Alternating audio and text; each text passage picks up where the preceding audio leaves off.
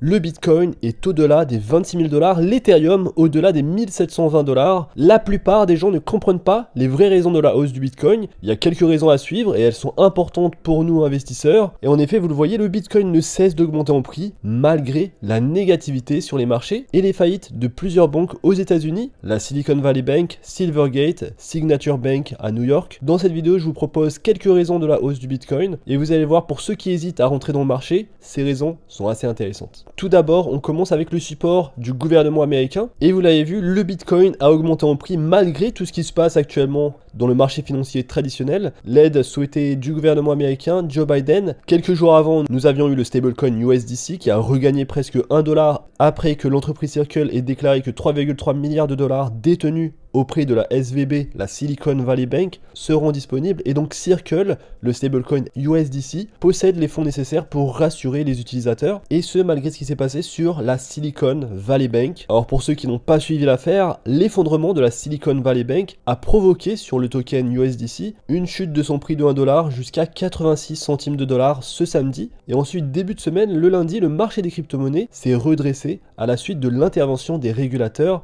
Le Bitcoin a fait un bond de 10%, dépassant les 22 000 $, et aujourd'hui on se situe aux alentours des 26 000 $, un niveau important qui, s'il est poursuivi, pourrait nous mener au niveau des 30 000 $ sur le Bitcoin. Alors on a également les problèmes du Crédit Suisse, des problèmes potentiellement de faillite. Juste récemment, la banque a obtenu un sauvetage de 54 milliards de dollars, et donc les actions du Crédit Suisse s'envolent juste après cette aide. Et donc très bonne nouvelle pour le Crédit Suisse, mais ça nous montre également pourquoi les crypto-monnaies sont si importantes et pourquoi le Bitcoin reste si important aujourd'hui. Et en effet, le Crédit Suisse a obtenu un accord de financement massif de 54 milliards de dollars. En d'autres termes, pour citer le tweet de MCJ, la Banque centrale a déployé plus de fausses monnaies pour sauver le château de cartes. La fausse monnaie, elle a une offre illimitée, et pour lui, ce serait une des raisons pour laquelle les crypto-monnaies s'envolent, et en particulier le Bitcoin. Vous le savez, le Bitcoin possède une offre limitée. Il y a 21 millions de tokens, pas plus que ça, et il n'y en aura jamais plus que 21 millions. Et donc on peut toujours imprimer de la fausse monnaie. Les banques centrales pourront toujours imprimer plus d'argent, les mettre dans le système. Ce n'est pas le cas des crypto-monnaies et surtout du Bitcoin. Autre grosse news, l'Ethereum, et ça explique également la montée de prix sur l'Ethereum qui est au niveau des 1720 $, mais également le Bitcoin. On a une date officielle maintenant pour la prochaine mise à jour de Shanghai, et donc les développeurs se sont mis d'accord sur la date du 12 avril pour la mise à jour tant attendue qui permettra les retraits de tokens Ether avec donc le staking. Et donc la mise à jour de l'Ethereum, la mise à jour Shanghai est imminente. Cette mise à jour devrait avoir lieu en avril 2023. Il s'agit de la plus grande évolution de la plus grande plateforme de contrats intelligents de l'industrie cryptographique depuis la fusion de l'Ethereum qui a eu lieu l'année dernière. Et très simplement, cette mise à jour de l'Ethereum Shanghai est une mise à jour qui est prête à introduire un ensemble de fonctionnalités critiques et de changements élémentaires à l'Ethereum dans les fonctionnalités de l'EVM, l'Ethereum Virtual Machine. Et donc pourquoi la mise à jour d'Ethereum Shanghai est-elle importante? Eh bien c'est important pour plusieurs raisons. L'une des choses les plus importantes que la mise à jour d'Ethereum Shanghai devrait apporter, c'est la réduction des frais de gaz pour les solutions de couche 2.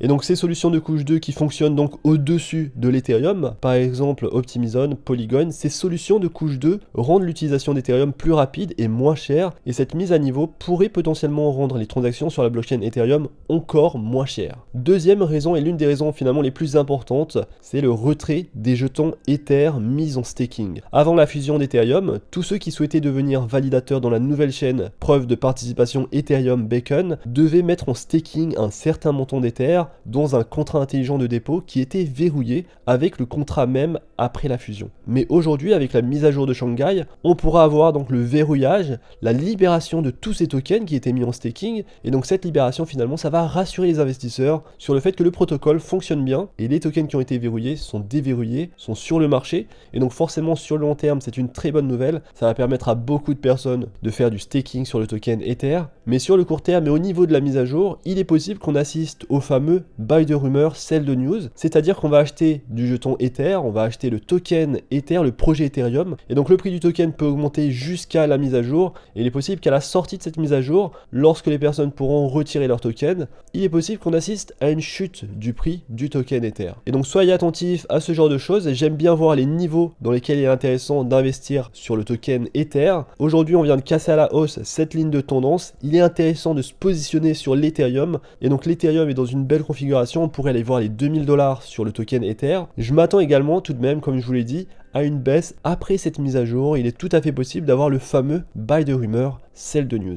Alors voici une autre raison qui pousse les marchés à la hausse, c'est le fait que Binance a converti soudainement 1 milliard de dollars de l'initiative de relance de l'industrie sur du Bitcoin, de l'Ether et le token BNB. Binance a confirmé son intention donc de convertir 1 milliard de dollars de Binance USD, le stablecoin de la plateforme, dans son initiative d'aider l'industrie. Et donc Binance a investi finalement dans du Bitcoin, de l'Ethereum et son propre token, le token de l'écosystème Binance, le jeton BNB. Et donc cela fait suite au fait qu'en novembre, Binance a annoncé qu'elle mettait en place un fonds de rétablissement pour aider à reconstruire l'industrie. Cette décision intervient également après que Paxos, le propriétaire et émetteur de BUSD, a fait l'objet d'une action en justice de la part de la SEC. Et en effet, l'agence a affirmé le mois dernier que l'entreprise avait violé les lois sur la protection des investisseurs. Paxos a annoncé qu'elle mettait fin au mint de BUSD et qu'elle cessait ses relations avec Binance. Et donc l'entreprise Binance utilise son jeton, son stablecoin pour investir sur les meilleures crypto-monnaies et donc forcément pour investir sur du Bitcoin et sur de l'Ethereum. Et bien entendu, ils vont mettre en avant leur propre token, le jeton BNB.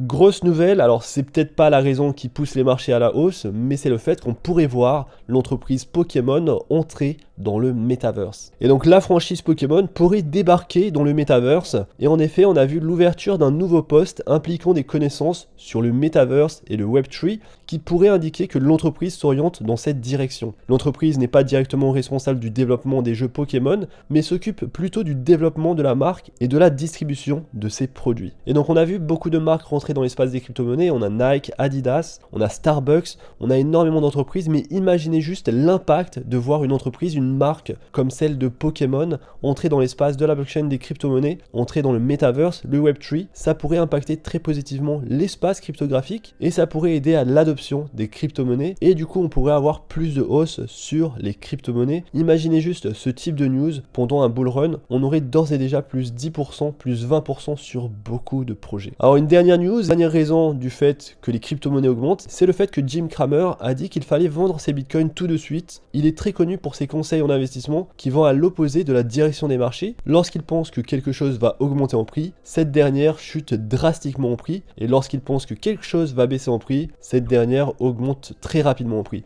Et donc si vous voulez avoir un bon indicateur d'investissement, il faut parfois suivre Jim Cramer et lorsqu'il dit quelque chose, faites le contraire. Alors c'est tout à fait vrai même avec ce qui s'est passé sur la Silicon Valley Bank. Le 8 février, Jim Cramer parlait de la Silicon Valley Bank et il parlait du fait que c'était la 9e meilleure performance dans l'espace de la finance traditionnelle. Cette société, c'est la banque d'affaires qui vient de faire faillite, la Silicon Valley Bank. Juste un mois auparavant, Jim Cramer la mettait dans sa liste d'investissement. Et donc ce qu'il dit sur le Bitcoin qu'il faut vendre aujourd'hui, ça peut être possible, ça peut être valable pour un trade sur le court terme, mais sur le long terme, en attendant le prochain cycle haussier des crypto-monnaies, on est tout de même selon moi dans une zone d'accumulation. Alors on est sur des niveaux importants à 26 000 $ sur le Bitcoin. C'est pas à ces niveaux que j'entrerai personnellement. Je vous avais fait une vidéo au niveau des 20 000 $. Pour moi, c'était un niveau intéressant. Et c'est un niveau d'ailleurs qu'on peut encore revisiter sur les prochaines semaines. Faut jamais se presser dans les décisions d'investissement. Faut se presser pour vendre, pour prendre des profits. Mais lorsqu'on investit, c'est toujours bon de prendre le temps de se créer ces opportunités pour avoir les meilleures entrées. Donc soit de faire du dollar cost averaging ou alors d'attendre tout simplement une correction